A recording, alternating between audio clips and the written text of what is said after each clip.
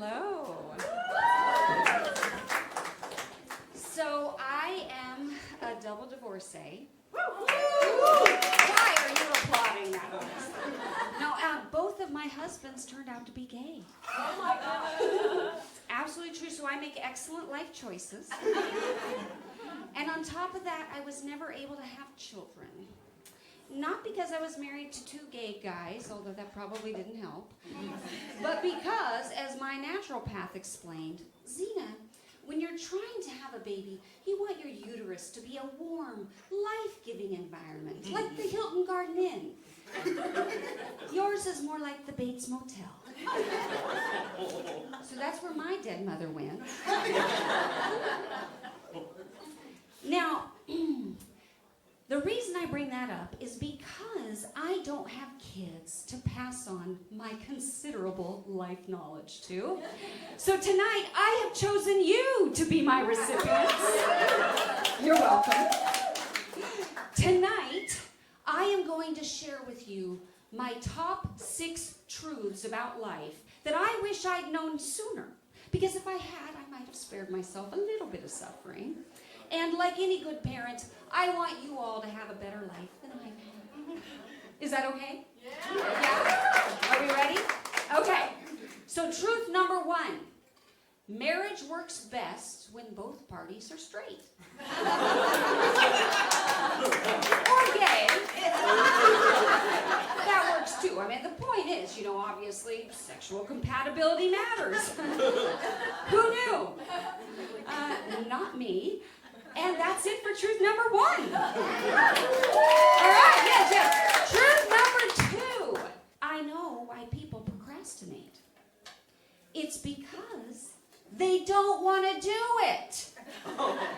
Right? I mean, we always make it so complicated. We're always like coming up with these excuses. But the truth is, we always do what we want to do. So there was this guy that I was seeing, and we had a long-distance relationship, right? So the plan was for him to come visit me. Every time we would talk on the phone, I would ask, did you get your ticket? And he'd say, no, not yet, but I will. And after a little bit of this, I realized he doesn't want to come visit me. He doesn't want to come visit me because if he did, he would have bought that ticket. He'd have been on the plane. I'd probably be married for my 3rd time already. But he didn't want to come.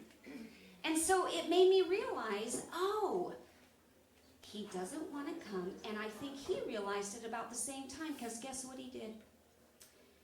He sent me a breakup text. Has anybody ever done that? Like, they pretend to be so disappointed, like, I'm so sorry, I can't keep doing this. He wasn't sorry. He was breaking plans with me, but he wasn't sorry, because nobody is actually ever sorry when they break plans, right? I know, because whenever I do it, I get an instant rush of endorphins. Just like, I'm sorry, I can't make it. Boom, instant happiness.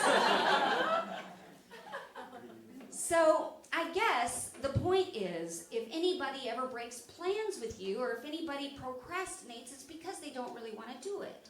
So if you want to be in a healthy relationship, find somebody who can at least apologize and mean it. Or if you want to be healthy, then you learn to apologize. And if you want to be happy, cancel plans. Okay, truth number 3. Dancing like a whore does not make me look sexy. It makes me look easy. I mean, if that's what I'm going for, gold star. But if I'm trying to go for the hot girl, me with my butt in the air, kind of bobbing around like a gyrating giraffe in heat, does not make me look hot, okay? It makes me look sticky. Like I need to be sprayed down with a hose. So now I keep my legs together. I'm not a horse, right? Like horses can't put their legs together. God designed them that way, but he gave me knees. Yay! Okay, truth number 4. We are living in a psychology buzzword pandemic. Do you know what I'm talking about? Yeah. Like we are obsessed with psychology. psychological terms. I mean, these days, if I annoy my sister, I am not just wrong, I am toxic. I am gaslighting her. I'm a narcissist. I mean, my sister calls me a narcissist every time she gets a little mad. And this is the problem. Because if you can label somebody a narcissist, you don't have to treat them well. They're evil, right? They're less than human. Go ahead, call me a Nazi. And then my sister can, treat me like absolute garbage and still sleep like a baby at night with all that moral high ground she's on. You see, this is why being alone is not the worst thing that can happen to me. Not being alone and wishing I was, that's worse. Making myself small so someone else can feel big, that's worse. Unless I was a jockey, then it's just good business. But being alone, but being with somebody rather, just to be with them because, hey, I don't really like you that much, but at least I won't die alone. Right? Like, nothing says romance like, man, you'll do. And listen, I get it. I'm afraid to be alone. But you know what I realized? Someday, I will be alone permanently. Forever. In the ground. So I might as well get used to it now. All right, truth number 5. What is truth number 5? I've got to think. Give me a second. This is the first time I've done this set. Truth number 5. It's a big one. What? I said, you want some ideas? No! That'll completely throw me off. I'm already off. Okay. Truth number 5. Jody? Life dysmorphia. Yes, thank you. We have life dysmorphia. You've heard of body dysmorphia, right? Where people obsess over tiny flaws in their appearance. Well, I think we have life dysmorphia. Like, I freak out if I can't get Wi-Fi, right? But meanwhile, 100 years ago, nobody even had hot water. You wanted a hot bath? That was an all-day event. You had to boil water over a fire, haul it over in a bucket, and then dump it in a tub. And by tub, I mean a sad metal bowl that doubled as a horse trough. And buckets. How much water do you think those held? So you had to do it like 100 times. And then you couldn't take the fresh bucket and dump it right in because it would be too hot, it would scald your skin. So you had to wait for it to cool. So you never did actually get a hot bath. You got lukewarm baths at best. You were basically simmering in a stew of your own filth. So, today we are objectively living like kings, but we are subjectively more miserable than ever. That's life dysmorphia. And you know what? I think I know what it is. I think we are too soft. Like, I don't have to hunt and gather. I don't have to fight off wolves or chop down trees with my bare hands for survival.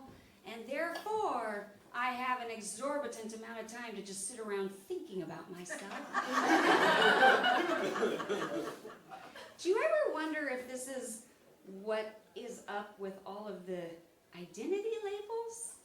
Like, I met this kid who rattled off like 12 labels about himself. He's neurodivergent, demisexual, pan-romantic, vegan, left-handed on Tuesdays. I mean, I lost track.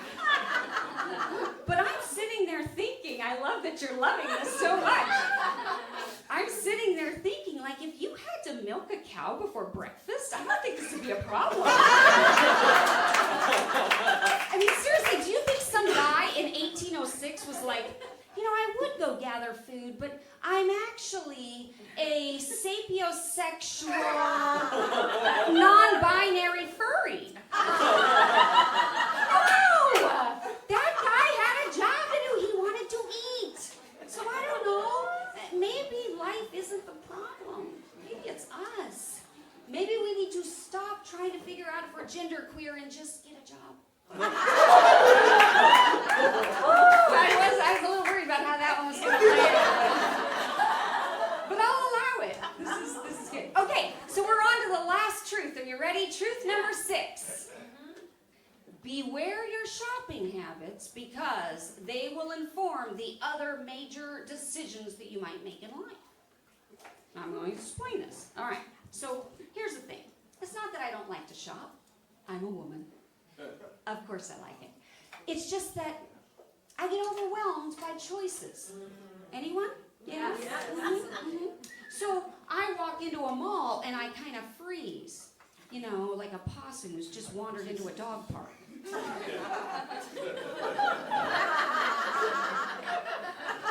And on top of that, I'm not always sure what I want. You know, what is my style? Like, when people ask me, I usually just say, comfortable.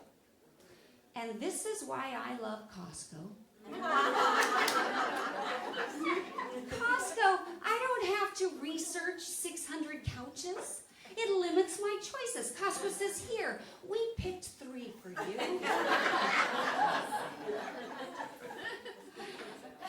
But I also like a good deal, right? Bargain shopping, you know what I'm talking about. And I'm the kind of person who doesn't want to pay full price for something for myself.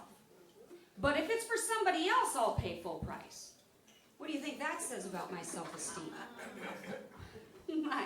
My inner child is such an idiot. But I think this is also why I'm so susceptible to all those ads that pop up on social media. You know what I'm talking about, right? Like, say I'm in the market for a new couch, and an ad for one pops up on my feed. I don't even think about it. I'm just like, oh, click, sold. Why? Because I didn't have to make a decision. That couch came to me. It was like the universe parted, opened up, gifted it to me. It was a sign. And here's what I realized, and this is what absolutely blew me away. Every part of that process that I just described is exactly how I ended up with 2 gay husbands. Think about it, right? Like, I was bargain shopping. That's the first problem. And then I didn't know what I wanted. Like, do I really have a type besides effeminate and emotionally unavailable? And I'm also overwhelmed by choices, so I went to church. You walk in and church is like, hey, we vetted these men for you. Limited selection, but all high quality. Allegedly. And also, and this is the best part, I didn't have to choose them. They chose me. They chose me because they pursued me, and I was like, oh, this must be a sign, right? And this is the big secret, you guys. If you are a man that is pursuing a woman and you pursue her long enough, you will likely get the girl. Why? Because women confuse persistence with destiny. Right? Are you with me? And here's the thing. It doesn't even matter if you're ugly. Like, I wasn't attracted to my 2 husbands. The first one was short and bow-legged. The second one, saying he had a weak chin is like saying a giraffe has a long neck. You guys, he didn't have a chin. There was no evidence he'd ever had one. He was just straight neck to mouth. I married a human sock puppet. Why? Because if a man pursues you long enough, you will eventually convince yourself this is fate. You know, you'll suddenly be like, maybe God wants me to marry this chinless wonder. So, take a good hard look at your shopping habits because they inform all the other major life decisions you're going to make. And if I can keep even one of my 43 children from, you know, marrying a gay man on accident twice, all of my suffering will not have been in vain. Thank you very much.